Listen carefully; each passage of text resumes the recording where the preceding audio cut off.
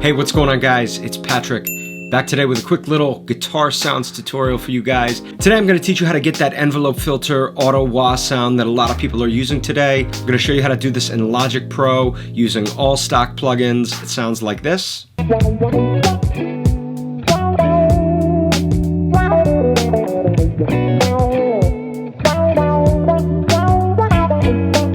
Here's another quick example from my track with Kurt Henderson.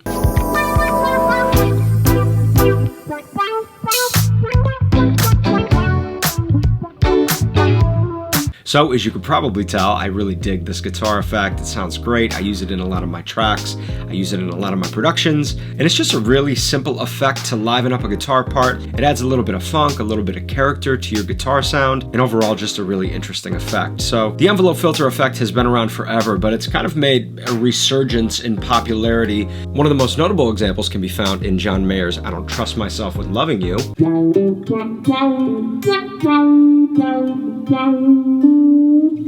I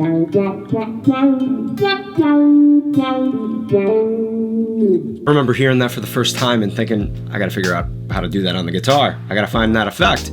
And even more recently, guys like Tom Misch are repopularizing this, and if you spend 5 minutes on Instagram, you'll probably hear this guitar effect. So, enough talking, let's get into Logic and I'll show you how to create this for yourself so you can enjoy making music with this envelope filter Auto-Wah guitar effect. Let's check it out.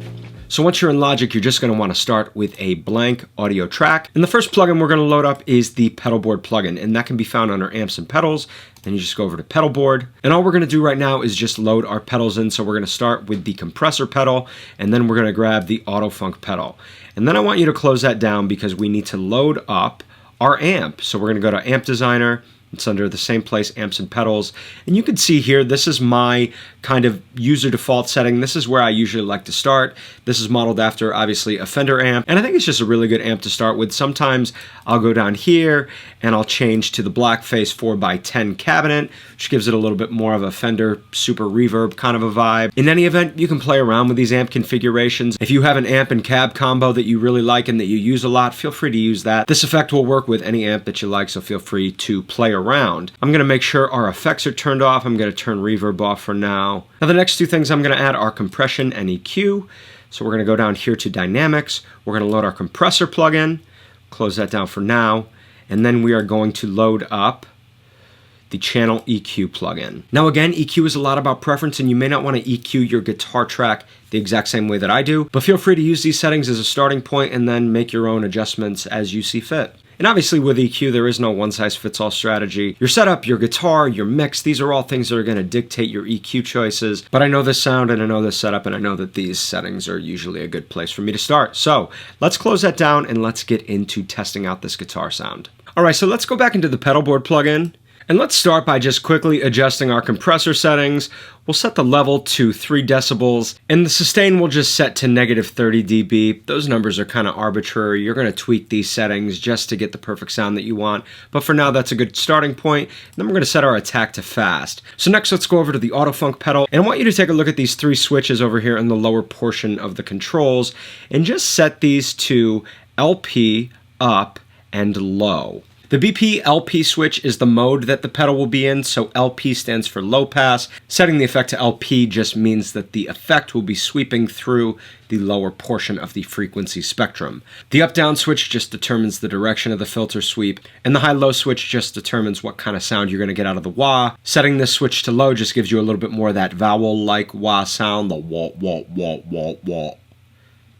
That was pretty awful, but you know what I mean. Moving on to the sensitivity and cutoff controls. Let me grab a guitar just so I can demo how you want to tweak this for yourself. So I usually like to pull the cutoff back a little bit, bring it down to about 35%, and let's boost the sensitivity for right now to about -28 dB. So now again, based on your guitar and your recording setup, you may not be getting the same sound out of these settings that I am. So I really want you to play around with the cutoff and the sensitivity controls and really try to dial in exactly the sound that you're hearing. But that being said, we should be in similar ballparks. So right now we got a nice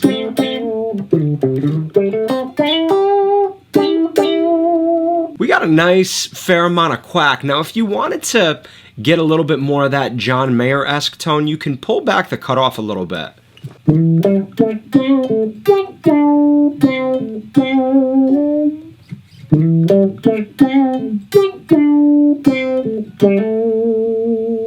If we turn up the sensitivity a little bit, you can hear a little bit more bite in the sound, I guess.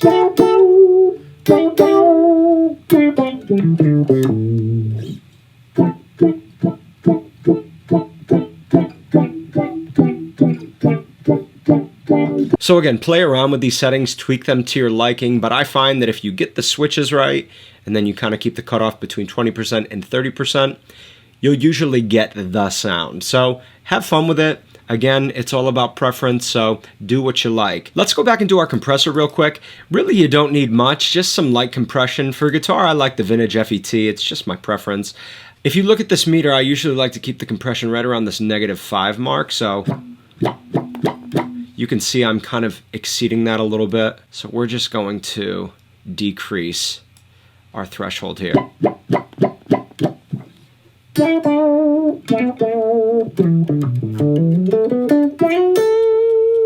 That's a pretty good starting point. Again, if you start using this effect and all of these plugins within a track, all the individual settings will get tweaked a little bit. You may increase the sensitivity on the auto funk pedal just to give it a little bit more presence in your mix. You may want to compress the sound a little bit. You may want to kill the compressor altogether. You may want to tweak the output gain on your compressor. Again, all of these settings are always going to change. And just the last effect I'm going to add is just a little bit of reverb. If we were working within a mix, I would probably bust this reverb out, but just in the name of simplicity, we'll just put it right on the channel strip. You could go with Space Designer, but let's check out the Chrome Reverb just because I don't really use it a whole lot. Now, if you've got a favorite plugin or reverb setting that you like to use, go ahead and use that. I like a nice hall reverb on a guitar sound. Not for everything, but in a lot of cases, that's a really good place for me to start. Let's check out this vintage concert hall. I know it's probably going to be pretty big. We'll bring the size down a little bit. Bring our dry up. Take the wet down.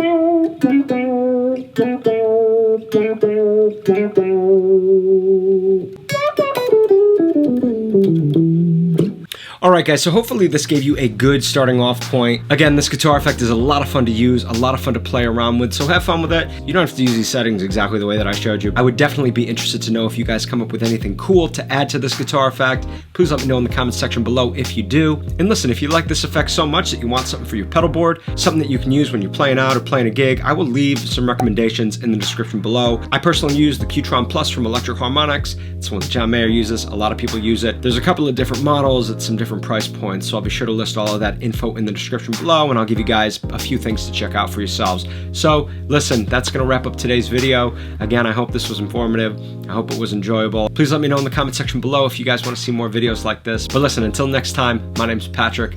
I'll catch y'all soon, alright? Peace.